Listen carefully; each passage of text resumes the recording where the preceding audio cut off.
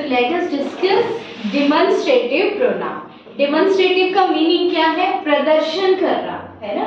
प्रदर्शन का मतलब कोई चीज आप दिखा के समझा रहे हो, है ना. आप जो भी चीजें लाइव आप समझा रहे हो, दिखा रहे हो कि वो ऐसा है, वो ऐसा है, इट इज कॉल्ड डिमॉन्स्ट्रेटिव. ठीक है. तो डिमॉन्स्ट्रेटिव प्रोनाउन कौन से हैं? We have only 4 demonstrative pronouns, this, that, these, those. ठीक है. अब आप जैसे नेम से समझ रहे हो, दिस और दैट दोनों किसके लिए होते हैं बेटा? सिंगुलर के लिए. किसके लिए होता है? ये दोनों किसके लिए यूज करेंगे आप? सिंगुलर. जबकि आपका जो सब्जेक्ट है वो सिर्फ एक हो. सिंगुलर का मतलब आपका सब्जेक्ट जो है वो एक हो. ठीक है. और दीज और दैट का यूज कैसे करोगे?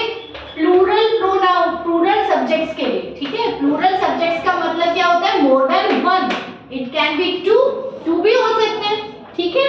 और मोर देन टू, तो उनके लिए आप क्या हो गया? वो आपका प्लूरल सब्जेक्ट्स होगा. उनके लिए आप क्या यूज करेंगे? These and those.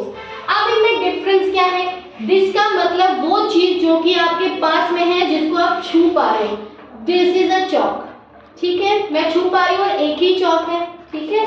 तो this, that is black chair. मैं उसे छू नहीं पा रही हूँ, आपको मैंने इशारा कर दिया, इंटीमेट कर दिया कि दैट इज ब्लैक चेयर.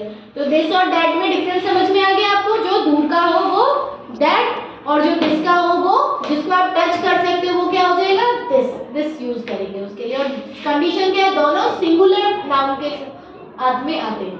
ठीक है. सिंगुलर सब्जेक्ट के साथ में. अब दीज और दोस, दीज जो है, जो आपके पास वाली थिंग्स है, दीज आर माय स्टूडेंट्स.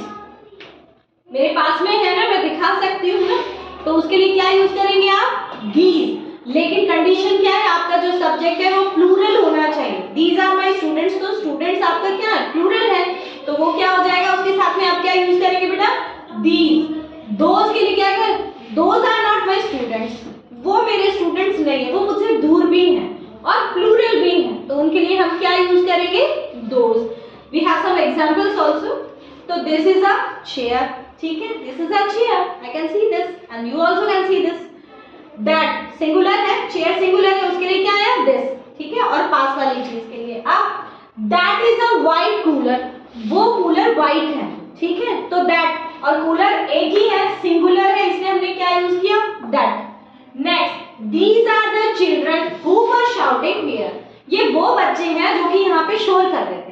तो देखो, चिल्ड्रन ऑलरेडी प्लूरल है, उसके साथ हमने क्या लगाया? दीज. और मैंने कहा शाउटिंग हियर, यानी यही शोर कर रहे थे, यानी पास में ही है मेरे, इसलिए मैंने क्या यूज किया बेटा?